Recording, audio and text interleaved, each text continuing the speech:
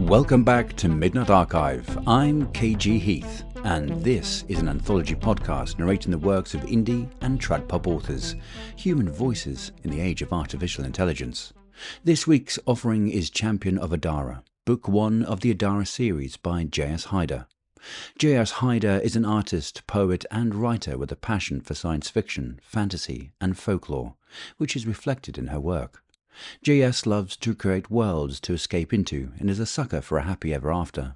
She lives in the UK with her husband and cats and loves to spend time in nature searching for glimmers. Tonight we read from chapters 1 to 3 of Champion of Adara. Now here's more about this book.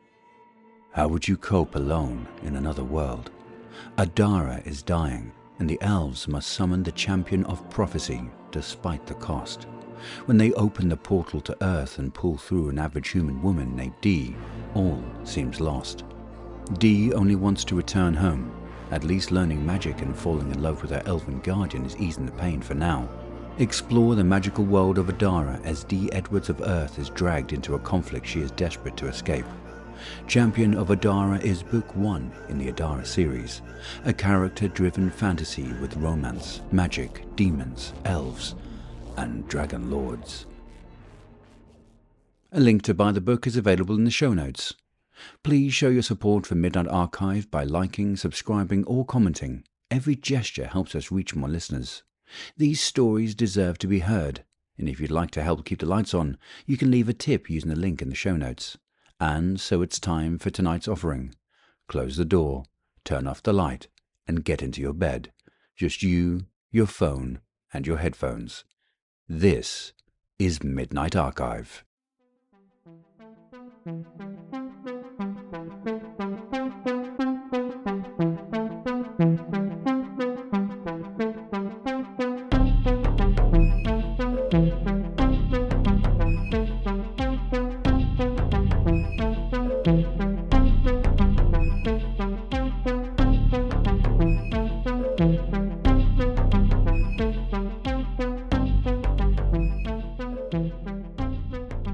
Champion of Adara.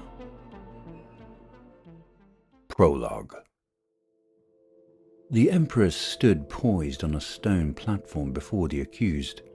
Despite her face being hidden beneath a black veil, her body betrayed her anger as she looked down on the 3 men on their knees in the sand before her. Her advisor Ferren stood beside her, his shaved head beading droplets of sweat in the dry desert heat. Adjusting his glasses, he addressed the crowd gathered at the city's edge to witness the trial. "These 3 are accused of spreading lies and bringing discord within the just city of Chobedale. Witnesses have verified they plotted to cause unrest and made plans to kill the Empress's daughter." Ferren paused to allow the angered outcries from the people to reach the men. Sophie, the Empress's daughter, was much loved by the citizens, and he smiled thinly at the predicted response before raising his hands for order. "Good people of Chobedale, you are here to witness the justice of our Empress. She will not taint our city and shed their blood within our hallowed walls, but has ordained that these men who came to us from wastelands were given asylum, fed, clothed, welcomed, and shown compassion by our beloved Empress, will be left to wander the endless desert. Let the sands decide their fates." The crowd seemed torn in their uproar at this judgment. Many felt they should hang for such treason and shouted for their blood. One of the accused struggled angrily against his restraints. "You are blind fools! This witch is evil! She keeps you trapped here. She lies to you all. She is not all-powerful. Her and her daughter are monsters." His outcry was ignored, and the crowd began to pelt him with rocks and rotten fruits. The Empress allowed it briefly before motioning to her son Enkai, the general of her vast army. At his signal, guards calmed the crowds and gathered the men to their feet, marching them past her platform. She was dressed entirely in black, like death incarnate, and her hidden gaze followed them. Enkai waited at the base of the podium. The Empress clenched her fists to her side. "Wipe their minds and leave them to the desert," she ordered, her voice sounding indifferent, almost tired. Enkai bowed and set his men to the task. The Rose Empress looked out at her people and called to them with renewed strength to her voice. "We are blessed and protected by the sands. May the desert deliver its wisdom and justice upon these misguided souls." The energy in the crowd shifted at her words, and they cheered as one for her mercy and Chobedale. Whilst the cheers continued, she addressed Ferrin quietly. "Where is my daughter? She should be here." "I believe she is still in the palace gardens, Empress." She made a noise of disgust before turning away. A light breeze gathered, allowing her to float down from the platform to an ornate horse-drawn carriage, waiting to return her to the palace. Once inside her opulent marble citadel, she dismissed her guards and headed to the garden at its centre. Gentle fountains trickled pools of water flowing towards a covered dais. The lush green oasis was awash with brightly coloured fragrant blooms, and she found her daughter sitting on one of the curved stone benches at the edge of the vast enclosure. Sophie was dressed head to toe in a peach-coloured gown, her face half covered and her eyes fearful. The Empress noticed this as she approached. "It is done," she said bitterly, perching beside her daughter. Sophie didn't look up, her eyes still haunted and distant. "William is returning," she whispered. The Empress shivered. The tension returned to her shoulders at the news of her son. The day of prophecy was nearing, and his return was not a good sign. Closing her eyes, she reached out, feeling the world around her. The desert acted like an amplifier for her powers and would indicate any shift in Adara.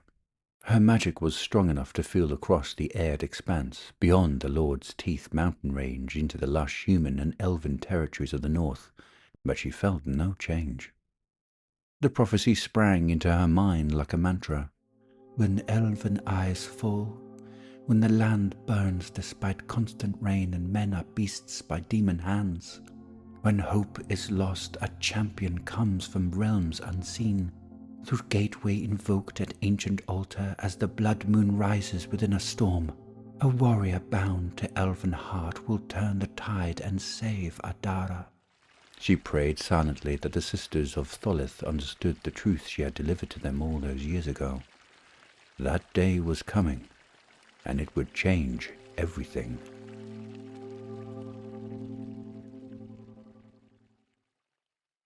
Dee was running late again, trying to locate her silver trainers.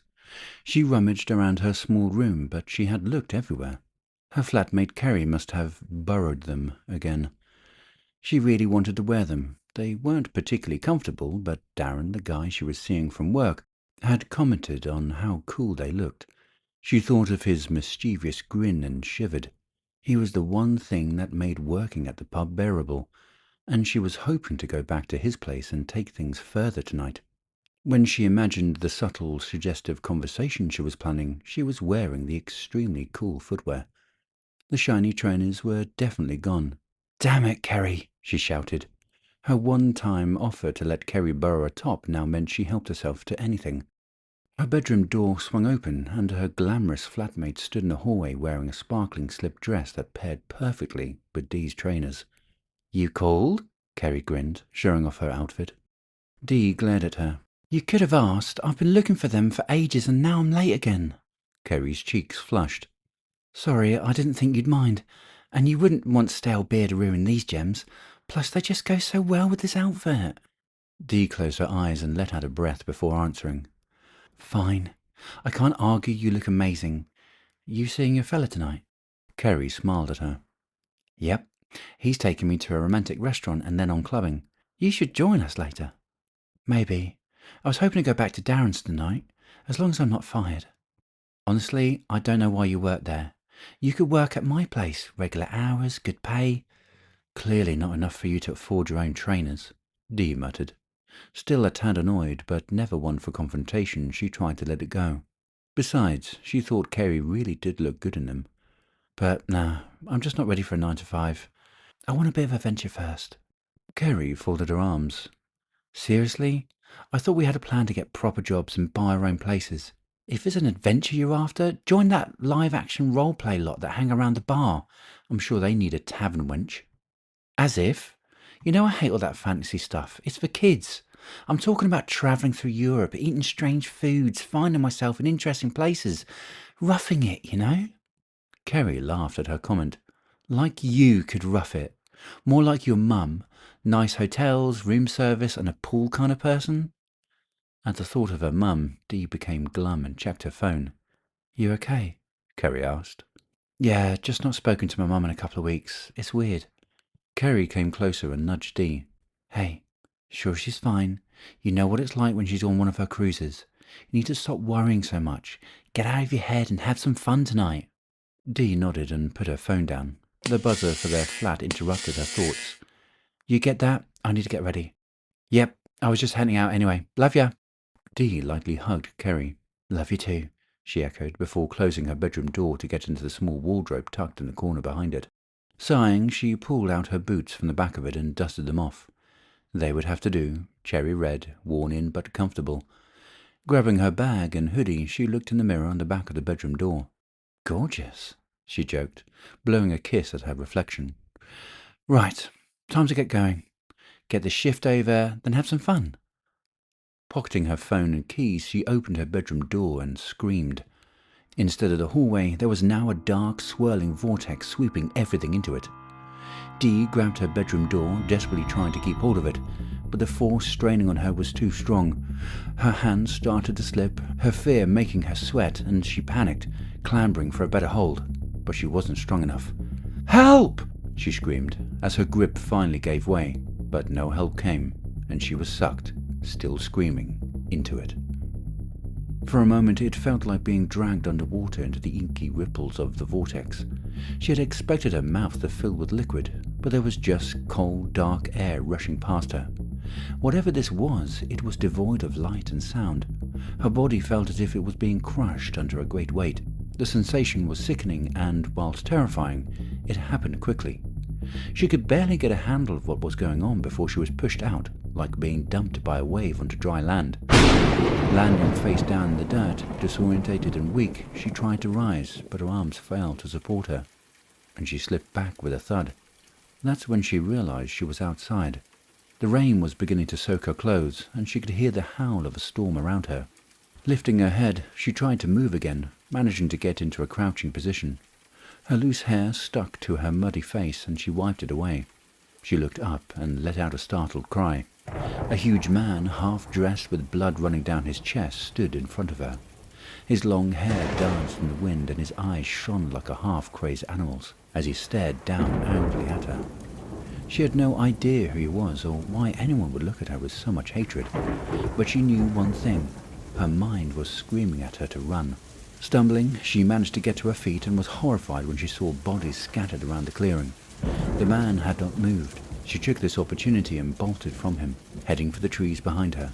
Not stopping to think about anything that had happened, she just ran into the forest. Branches whipped her face and caught her hair, but she didn't stop.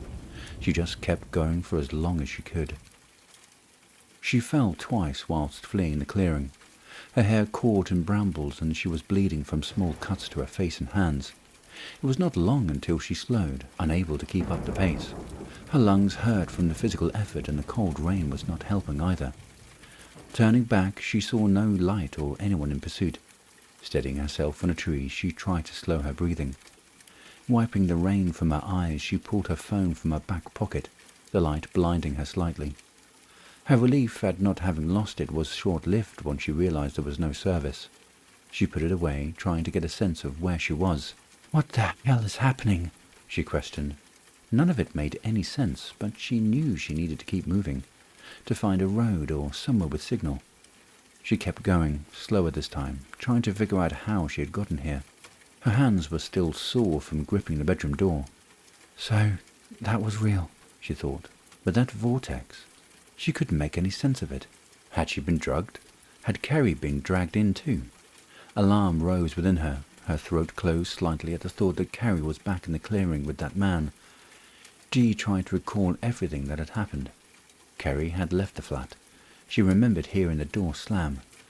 Okay, good. What's next? She thought, trying to remain calm despite everything. I called for help, then got sucked in and... What? She screamed in her mind. What happened? Dee was talking to herself, bouncing the thoughts around in her head. After I came through, I was in the mud, and the hole closed. It was like a popping noise, and the pressure of that thing disappeared. She breathed out, knowing that it was just her that had fallen into that thing. But that realization of being alone out here made her stomach churn. She didn't know what to do and just kept moving. Checking her phone, she realized she had been walking for well over an hour. There was still no signal and no sign of the forest thinning out, but at least no one seemed to be in pursuit of her. She repeated the events of coming here, wondering if she had lost her mind or hit her head. She couldn't have been drugged. Only Kerry was in the flat, and she would never be so cruel. She was like a sister. She kept that mantra going, not wishing to think the worst of her best friend, but this situation was so insane. She kept wondering if it wasn't some horrid prank. The rain had soaked her to the bone and she was starting to shiver. Cold and tired, she needed to rest. Using her phone as a torch, she tried to see around her. The forest was dark, not the normal dark of night she was used to, but a dense, enclosing darkness that even a torch was unable to breach.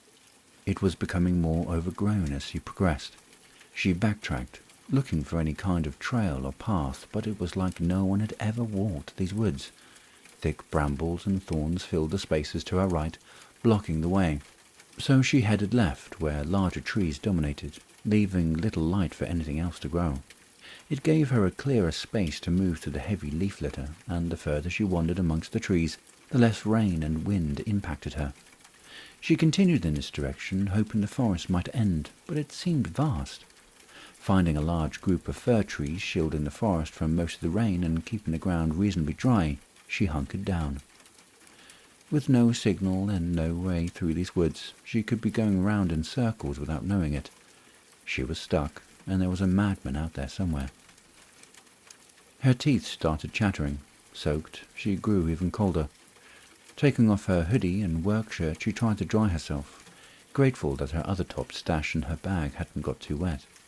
Rummaging around in her bag, she found a crushed and forgotten breakfast bar, half a pack of gum, and a lighter, something she was extremely glad to have hidden away.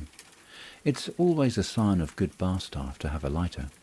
She suppressed a laugh. It was something Darren had said despite no one smoking in bars anymore, but she was glad to have taken it off him that night. Her phone still had no signal. Dee was terrified and needed to talk to someone, anyone.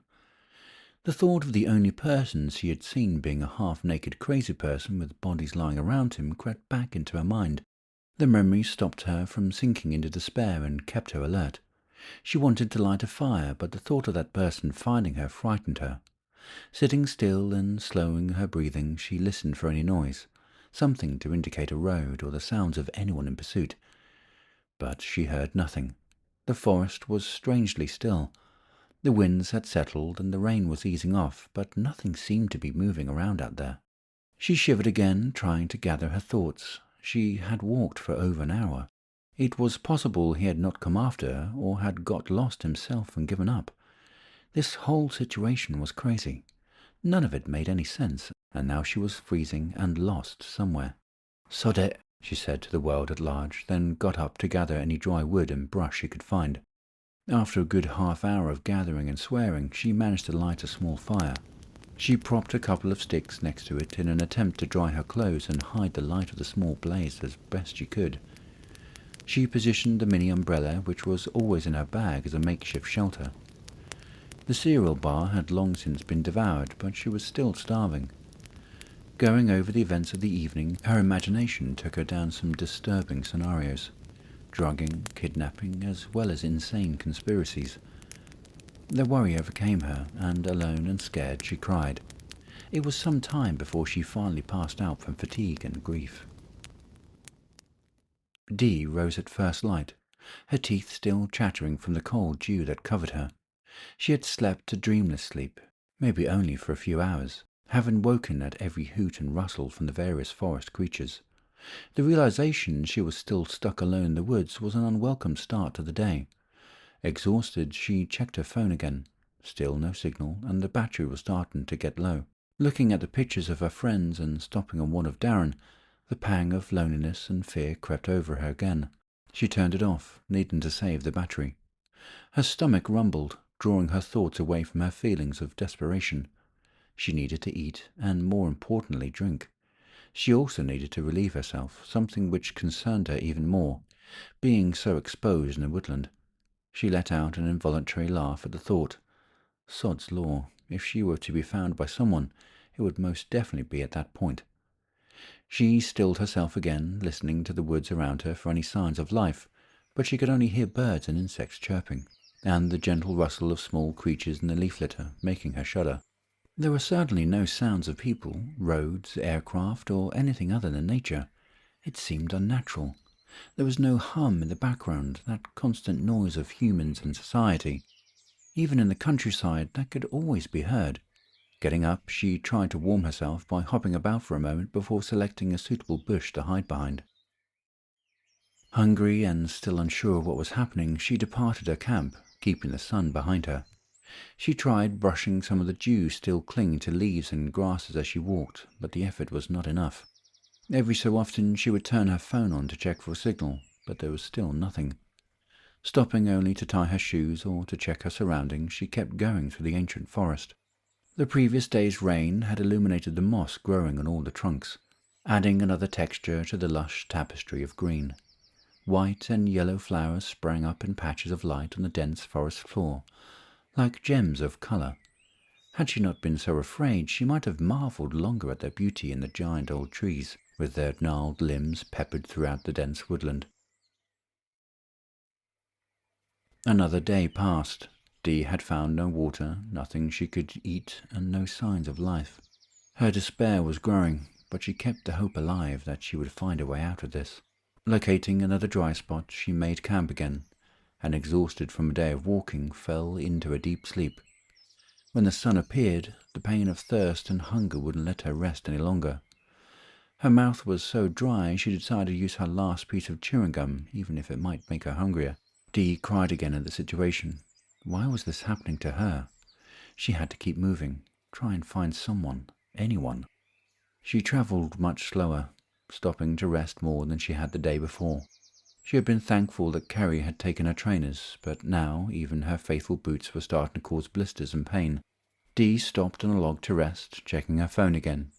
The ritual had become a habit, but the hope it gave her was now gone, as it would not turn on. The battery was dead, and now she thought perhaps she would not be far behind it. Chapter 2. A storm raged on overhead, covering the blood moon from view. Lightning fired up the forest in white eruptions as the wind whipped the branches, bending them over the clearing where the assembled magic users gathered before the great altar. The monument had been here long before the Elves had claimed this land. Its power hummed as the electricity built in the atmosphere. Kian approached the stone structure, the rain soaking him to the bone and his dark hair whipped wildly in the storm. Despite this, he remained calm, calling forth borrowed power from the earth. This ritual was the last hope of his people. A demon had come to Adara, destroying the lands to the east and taking both elves and men, somehow turning them into violent, hollow creatures. Its army was growing, spreading like a disease. It was time for the elven race to fight back and secure their world from this threat. The high priestess of Tholis stood before him. Even in this storm, not a single hair on her head moved. The sisters were guardians of magical lore and trained those that showed natural mastery of elemental magics. But despite this, she was too old and would not survive the ordeal about to be placed on him. The strength needed was born of will and an unequaled connection to multiple elements, and Kian, above all others, was chosen for this task, but even his success might result in death. The ritual to summon power from beyond this land, a weapon of prophecy, strong enough to defeat the demon, was at hand. Kian brought forth a core of power from the ground beneath his feet, centering himself. Expanding his senses, he began channeling the storm, allowing its energy to charge his magic. He was now the eye of the storm, in control of its power. It flowed through and around him on his thoughts alone. The priestess moved closer to him, holding his gaze, making sure he was ready. Kian knew this was the only way to open a portal. Setting his jaw, he nodded for her to continue. A shiver ran through him, but he did not scream out as the priestess cut deeply to carve the runes of summoning onto his beating heart. The storm strengthened in a crescendo around him as the priestess began to chant, echoed by the other chosen, each a powerful magic user. The chanting built into a song blending with the storm. It called for power, for a champion brought forth from the ether. The elves began channeling their essence into him. It would take all those gathered to create a bridge for the weapon to be brought forth. Kian could feel the strength of his people flowing through him. It was unlike anything he had experienced before. The power built within, threatening to tear him apart. Manipulating this energy, he channeled it into the forming vortex, to call a warrior strong enough to defeat the demon and bring them into this world. The runes carved on him began to glow, guiding him to this being. He felt the surge extend for him, reaching across the expanse of space, the tether for this warrior of prophecy. It poured forth from him like a hand reaching for its prize. As he grasped the warrior, he hesitated. The feel of this person was alien and strange. What kind of creature was he bringing forth? Something meant to be more powerful than a demon plaguing their land, of course. It was a split second of indecision, but he knew he had to do this. It had been foretold. Focusing his will, he took hold of this being and pulled it towards himself. He could feel it coming. The champion the high priestess Imara had promised. The exertion of this magic on his body and spirit was overwhelming. The others gathered with him had already collapsed from exhaustion or death, he didn't know. But he managed to root himself, to remain standing to greet whoever was coming through the portal, refusing to show weakness in front of their new champion. The vortex exploded outwards, and a figure was dumped into the mud, struggling to rise. Kian saw the young woman sprawled before him, a human woman, afraid and feeble-looking. What kind of warrior was this? Human magic was weak. It was no match for what was to come. His people had sacrificed everything to bring her here. The rage mounted inside him as he looked at her puffy, scared features. Their eyes locked for a moment. Then she struggled to her feet and, without looking back, bolted into the forest. He did not move. It dawned on him that their efforts had been for nothing. It was hopeless. The prophecy was wrong. Watching her form disappear, fatigue finally took him, and he sank to the floor. Startled by suddenly awakening with the dawn light, it took Kian a moment to figure out why he was in the mud. It was an effort to get up. Looking around, he noticed the others still lay where they had collapsed the previous night. The priestess was among them, lying near the altar. He went to her first, checking for her life source. He could still feel it. It was weak, but she had survived. Using the forest, the primal energy source, he channeled some of that healing essence into her, using himself as a conduit. Placing one hand on the earth and another over her heart, he moved the abundant resource of untapped power into her. Feeling her life was not in danger, he moved on to the rest.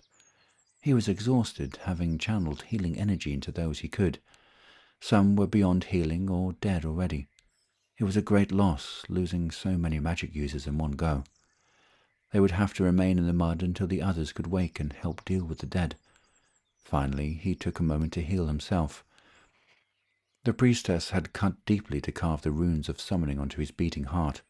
He struggled to heal this wound. Despite the delicate magic the priestess had used, a deep fresh scar now ran down his chest. It would have to do, he thought, cleaning the wound as best he could before searching for the trail the girl had left. He had been unconscious for several hours, so she would have a clear lead on him. He remembered the fear on her face. The ordeal of being pulled through the portal must have been confusing, but he had not thought that she would flee as she had. He was still unsure if this was the warrior promised, but as the one who brought her here, he felt it was his duty to locate her and find out. The trail she'd left was clumsy, easy to follow. Grabbing some supplies, he set off after her. Bringing this creature here from another world had been more taxing than he'd expected, having to heal himself, and the others had made him weak. He wanted to lie down and sleep, but there was no time. This supposed warrior was lost and alone in a strange land. It was slow going, but he finally found where she had camped for the night. If she had set off at first light, it might take him hours to catch up to her in his present state. Sitting where she had slept, he had no choice but to rest. If he could close his eyes for a moment and draw more energy from the forest, he might be able to catch her before nightfall. When he slipped into sleep, his dreams were plagued by images of the young girl. The fear in her eyes was prominent as she ran from him into the arms of the demon. She found solace at his side, angry at being brought to this world. She laughed at the destruction they now reaped together, their combined powers unstoppable as it began slaughtering all his people. Kian bolted awake, breathing heavily, unsure if the dream was born of a fear or a vision of a future to come. It shook him to his core.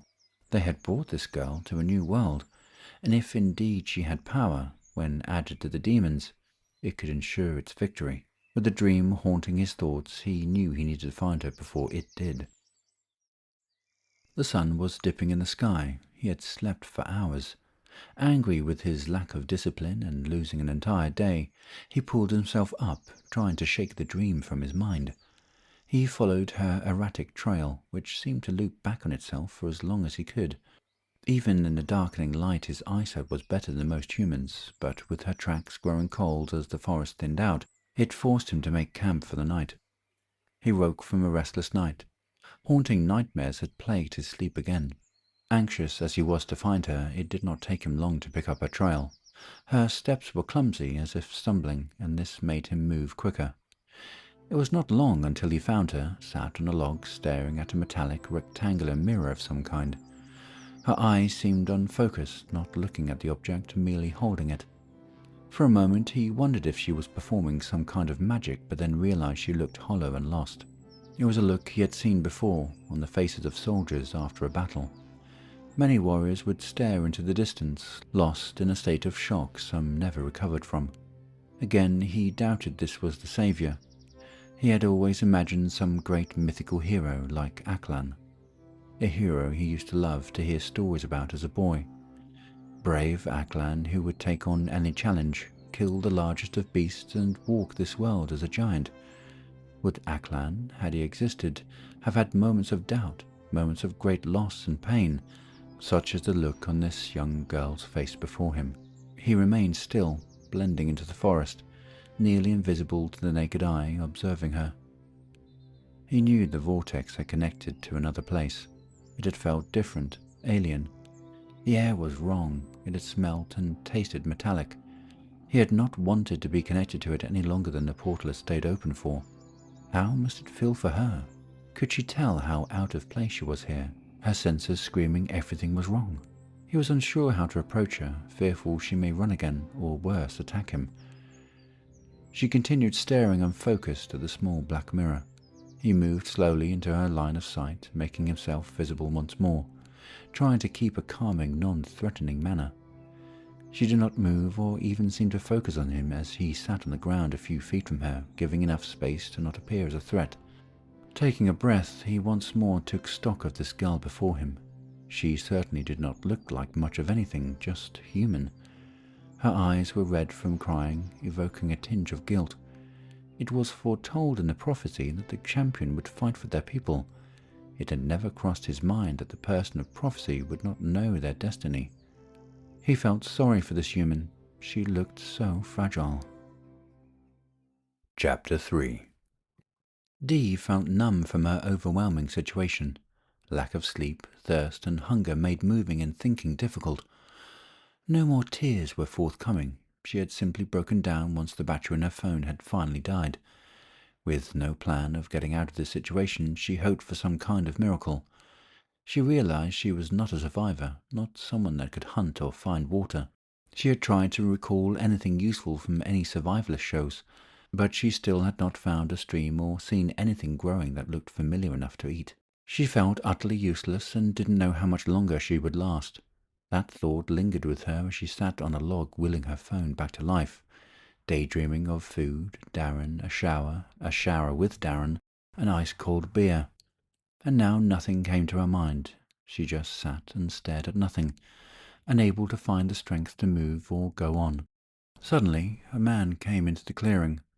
At first she thought she was imagining someone there, a last-ditch attempt of her mind to placate her after already hallucinating Darren and food. She thought he was a strange thing for her subconscious to manifest, some kind of ranger-looking person straight from a fantasy show. But maybe her mind was right, imagining a woodsman to take her home like a fairy tale. She didn't acknowledge her delusion. She simply let his image drift into her mind. He wore a long green cloak over a simple linen shirt with brown trousers and ankle boots. His straight, dark chestnut hair was in need of a wash, a strange detail of her mind to add. His skin was light brown, matching the fallen leaves of the forest floor, not weathered but still youthful. His hazel eyes looked kind yet seemed worried as they searched hers out. A tall, handsome man to come save her. She laughed inwardly at the mirage before her. He sat in front of her a distance away. She thought this was an odd thing. Her mind tried to unfog, tried to focus on this person before her. He was vastly different from the only other person she had seen, the angry man with blood and crazy glowing eyes. Or was that another delusion too? Had anything been real? Was this some kind of dream? No logical explanation came to her, but the memory of the angry man snapped her out of herself. He did not look like the same person, and genuinely seemed concerned, trying his best not to startle her. He slowly drew back his cloak and pulled out a water skin, taking a sip first before gently throwing it toward her. She looked at the leather pouch and back at him. He gestured toward it, for her to drink. She was so thirsty, but the thought of drinking from some kind of animal skin made her empty stomach turn over. Maybe it was a fake pouch made to look old-worldly. Her thoughts turned to the previous night again and the scene in the clearing. What if this was some mad LARPing site? But still, that didn't explain how she had got here. Her body moved before her mind could continue with its line of thought. There was water, and she damn well needed it. The pouch felt like leather of some kind, but again her body ignored her mind and took a mouthful of water. It had a sweet taste, and for a moment she worried in case it might be poisoned. He had drunk from it too, though, and in a dark part of her mind she almost didn't care if it was. She took another long swig and another, nearly draining the pouch before stopping, concerned she was drinking all the water he might have. Placing the wooden stopper back in, she threw it back to him, nodding her head in a gesture of thanks, still not feeling able to talk. He smiled warmly and produced another small leather bag. Opening it, he took a bite of something that looked like jerky and threw this bag to her too. Dee picked it up and sniffed a strip which had a faint meaty smell, then took a small bite and another, before eating 3 more strips of the meat. Her stomach felt full even after so little food and water, so she stopped, not wanting to get sick eating so fast. "Thank you," she muttered, coming back to herself a little more. He smiled with genuine relief on his face. Dee wondered how awful she must look, having spent 2 nights in the woods, like some runaway or an idiot hiker that lost their way. Either way, she was just grateful for this person to have found her. "Do you have a phone? My battery is dead, and I really need to call," she trailed off, concerned if it was a good idea telling him that she was alone and without a phone. But there was something about him. It was an odd feeling. She felt safe, and she really did need his help. She noticed he looked confused at her comment. Great, she thought. If he is a LARPer, he must be staying in character. She had known some who came to the bar, and they tended to take this kind of thing seriously. "Good sir, is there a village nearby where I might find a means to send a message?" she mocked, trying to fit in and not fall apart into hysterics brought on by fatigue and her terrible acting, anything to get to a phone quickly. He still looked bewildered. Raising the water skin to his face, he muttered something she couldn't understand, and threw it toward her, gesturing to drink again. It was an odd action, but she wasn't going to say no to more water and took a large gulp. Suddenly her body felt like it had ice flowing through it. A wave of cold emanated from her core and spread out to every part of her body, giving her goosebumps. "What the hell was that?" she shivered, throwing the pouch back to him. "Apologies. It was a communication spell so we could understand one another." "Did you put something in the water?" she demanded, alarmed by the icy feeling, which was now wearing off and growing worried again about being drugged. He held his hands up. "No, it was just water. I simply enchanted it so we can talk. I was unfamiliar with your language, but now you will be able to understand everyone in this land." He smiled again, trying to reassure her. The feeling passed, and so far nothing else was happening to her. She took a deep breath, trying to calm herself again. She was tired, Her clothes were torn in places and still damp. She was miserable and just wanted to go home. "Right," she breathed heavily. "Can you take me to civilization?" She spoke slowly, fed up with this charade. He ran his hands through his hair, and before he could answer, she noticed his ears. They were pointy and looked like extremely well-done prosthetics. She groaned, realizing she had been right about why he was here. "Look, I'm sorry if I'm getting in the way of your game, but I need to get home. I don't even know where I am or how I got here. But if you know anything about it or can get me to a phone, that'd be great." She was growing irritated, the image of the previous night playing in her head. She was still unsure how she ended up here, but she was now going with kidnapping. And rather than getting scared, she was simply getting angrier. He still seemed confused and shifted uncomfortably before answering. "I am truly sorry. I do not know how to get you home, but the priestess may be able to help." "Right, a priestess, of course, there's a priestess. Okay, well, let's go see the priestess." Dee still wanted answers, but this guy was obviously deep into his roleplay and maybe a tad unhinged.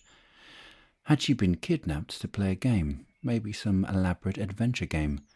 Was she on TV right now? Had Darren or Kerry set this up for some fun outdoor weekend event? She was sure her boss would not have authorized the night off. She shook her head, knowing how crazy she sounded, and decided to remain on guard with this would-be rescuer. It was time for answers. Hopefully this priestess would be able to help. And other people right now sounded better than a cute but strange woodman/possible kidnapper. Dee managed to get to her feet, energized by having somewhere to go. "Right, well, come on then, take me to your leader," she said, still annoyed by everything that was happening. He stood and bowed his head slightly towards her. "This way," he said, and gestured, leading them deeper into the forest. Dee followed, her legs feeling heavy and cumbersome, barely able to keep pace with him as they wove their way through the undergrowth. She was exhausted, and no matter how much she had tried to keep warm over the last couple of days, the chill was still in her bones. Shivering, she moved into a patch of sunlight which had managed to burst through the thick forest canopy. She stood there for some time, trying to warm up. When the man realized she had stopped, he slowly wandered back to her. He didn't say anything, giving her the space and time to sun herself. She looked at him calmly standing near, even with the pointy ears poking through his hair. He was certainly handsome, older than her by a few years perhaps. He held himself with the confidence of someone at home with who they were and completely without embarrassment at the pretense he still held. It was his eyes she lingered on. Whilst warm and calm, they held an edge she was unaccustomed to seeing in someone so young. She shivered again. Surely she should be more apprehensive of him, but deep down she wasn't. She put it down to simply having another person around, no matter how strange. It was a comfort, and for one thing, she was not going to die alone in the forest. A horrid notion that had crept into her mind before he found her. "My name is Dee," she said plainly, realizing neither had introduced themselves and feeling the need to break an awkward silence. "Cian of Modale," he said, bowing.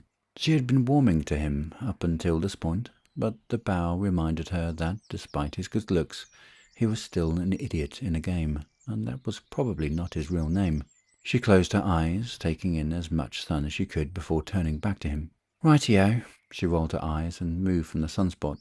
"Well, guess we should keep moving. Mustn't keep the priestess waiting." He bowed slightly again and led the way. This time he kept to her pace, not rushing, realizing she was not at full strength.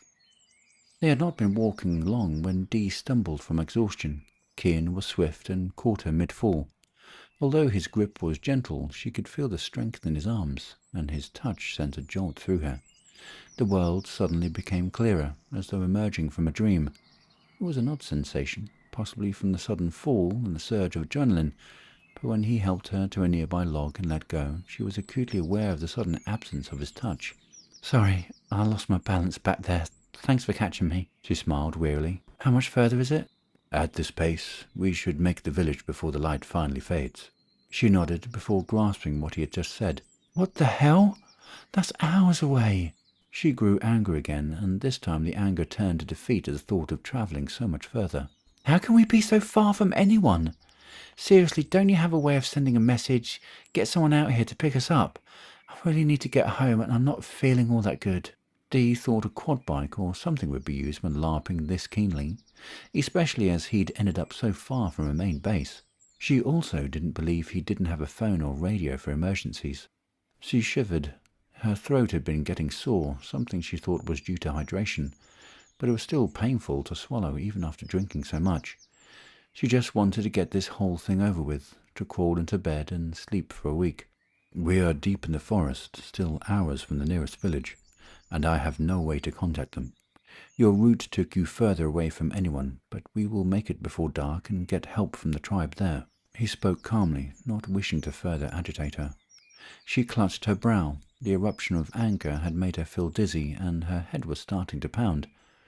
She groaned, feeling awful, and reached into her bag, rummaging until she felt the plastic packet.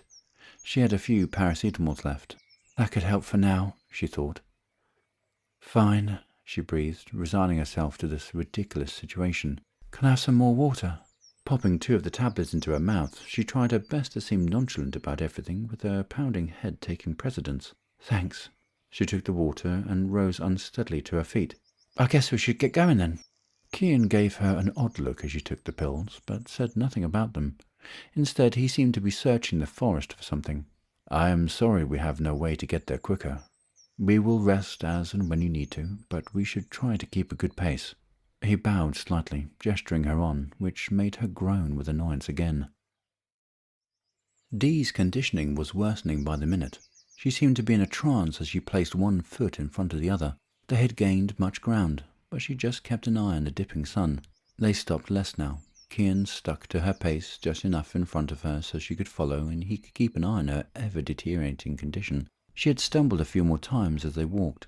He forced her to sit when this happened and noticed the glistening sweat on her brow. A fever would be a terrible thing for her to have on arriving at the village. He worried how it would look to the gathered tribes to see everything their hopes were pinned on, a frail, sick human girl. He knew those that had survived the summoning would have made their way to the western village.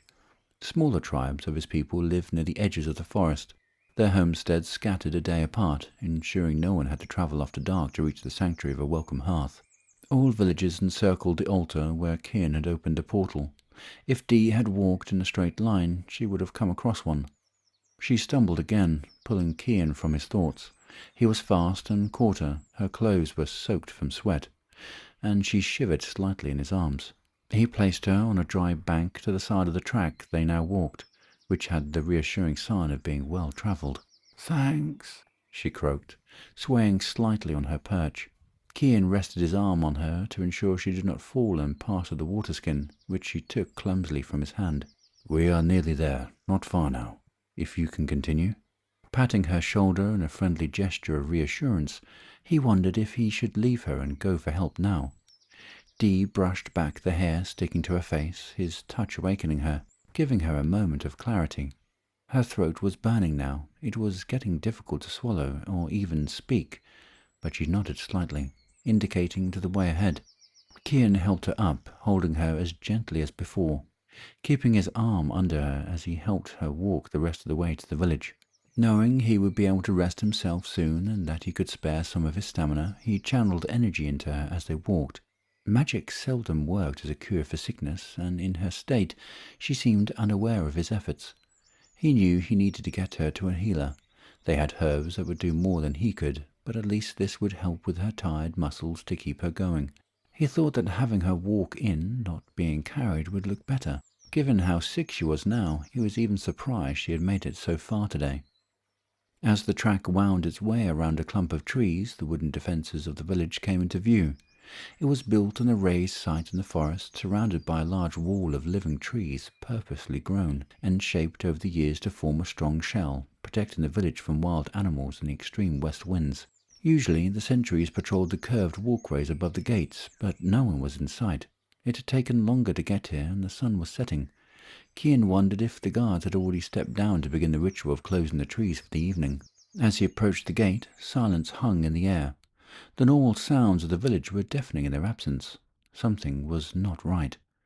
Dee swayed in his arms. His healing energy kept her going, but she was getting weaker and had begun to cough and wheeze over the last few miles. He carefully placed her behind some bushes, shielding her from view. I won't be long. Just need to check something, he said. Dee just groaned and slumped over where he had sat her.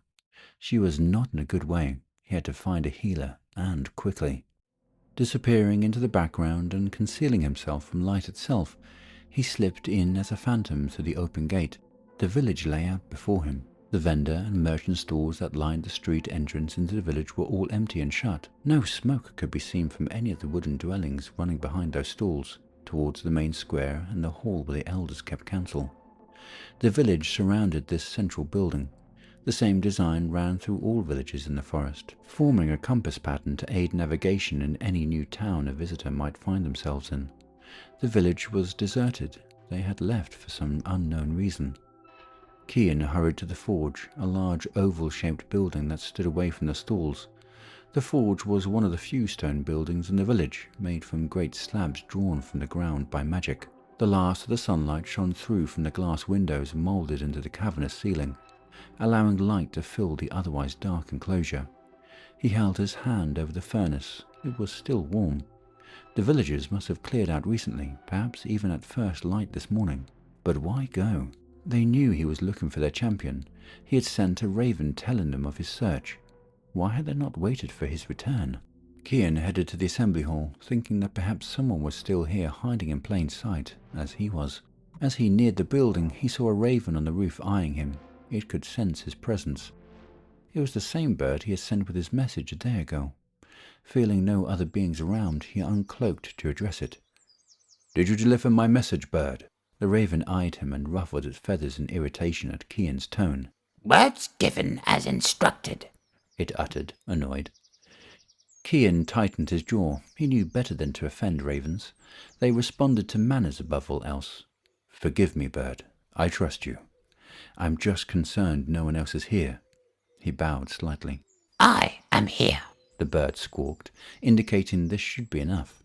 "Indeed," Cian said, clenching his fists at the games that must be played with these creatures. "It is gratifying to see you again. Do you have words for me?" he asked gently, hoping to move things along as his ward was still suffering at the edge of the village. The raven eyed him for a few moments, weighing his words for any signs of insincerity. Feeling Cian was humble enough to be in his presence, he passed his message on. Raising his wings to dramatic effect, the bird cleared its throat and spoke. The village is left for Caladale. Many numbers are gathering to ensure safety. Horde scouts killed entering east of the forest. Villagers to safety. Warriors to the outer edge of the forest. Tribes must gather. As the bird recited his message, Cian suddenly grew cold. The demon's men getting close to this forest was terrifying. He knew well enough not to interrupt the message as the bird crowed it to him, but there were so many questions he needed to know. The raven finished. No other information or instructions came. This unsettled him. They knew of his mission. Why had no one waited for his return with their champion? "Thank you. Do you know if they advised anything else, for me or the champion in particular?" he asked, trying to sound gracious. The raven looked at him as if he were stupid and repeated the same message, slowing on the line, "All tribes must gather." as if this was all the information he needed. It flew off, irritated at needing to repeat itself, leaving him alone in the deserted village. He went over the message in his head. If warriors were guarding the edge of the forest, it should be safe to stay for a while. Not that there was much choice with Dee being so ill. Horde scouts trying to enter the forest was still a great concern, but it made sense for the villagers to head to the main city. He returned to Dee, still hidden at the edge of the village. She was lying on the ground, her breathing shallow. Wiping the hair from her brow, he checked her temperature. She was burning up. He needed to get her fever down. Gently lifting her in his arms, he took her back to the village. He found the healer's hut, which was always open, and laid her down in one of the back rooms. The hut was more of a storehouse than a home. There was an area to buy medicine and a seating area to one side of the main room. Cian searched the shelves. Most of the jars and supplies had been taken. A few of the jars were left with plants that held no use to him. Some of the herbs in the drying room had been left, waiting for the day the villagers could return. A few were helpful for what he needed, but the rest would have to be gathered in the surrounding forest. The sun had nearly set by the time he returned with the plants needed. On his return, he touched one of the trees at the entrance of the gates and sent the command for them all to close. He had no time for the usual ritual this involved. His magic was strong, and the trees obeyed him without resistance. The village was sealed tight against any wild animals looking for a meal. Not that many ventured near the settlements, but with no one else here, it made him feel safe in the empty place formerly so full of life. Looking around glumly, he knew he still had much to do to help Dee, so he set to work. Kian had not slept for 2 nights. He stayed at Dee's side whilst she battled her fever, cooling her head, administering potions and helping to fight the fever with his magic as best he could. Despite his doubts about whether she was the one to save Adara, he felt it was his duty to keep her safe. She dropped in and out of bouts of delirium, talking to him as if he were the humans in her life. She had called him Darren a few times, then shouted at him when he removed her socks. They were the only piece of clothing he had felt comfortable taking off to clean, along with the other spare items she had. She was particularly annoyed he had taken them and called him Kerry, along with a string of unfamiliar insults. A family member, perhaps. Obviously someone who regularly took her clothes.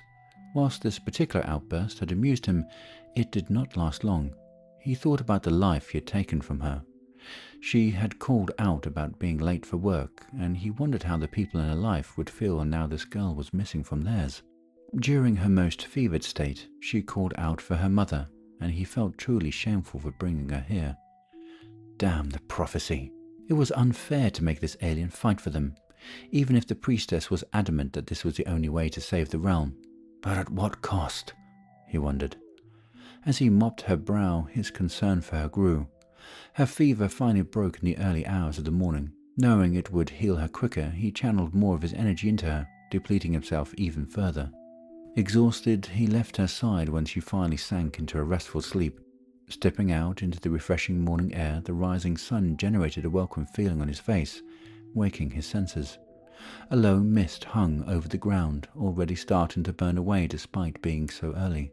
He still disliked how quiet the village was without the normal hustle and bustle that would be taking place, even at this hour of the day. He let out a sigh. Now Dee was on the mend. They could move on to Caladale and hopefully find answers from the priestess. Flopping down, he leant against the shop wall, the early morning light blinding him with its warmth. He needed to rest and recharge. The last few days he had barely found the time to attend to himself, and simple tasks were becoming harder. Sitting cross-legged, he attuned himself to the spot. Feeling the ground beneath his body, he sent roots of energy from himself into the earth, tapping into the abundance of nature itself. He began to draw in the healing magics like drinking from a great ocean. Drinking deeper, he finally slipped into a meditative healing state.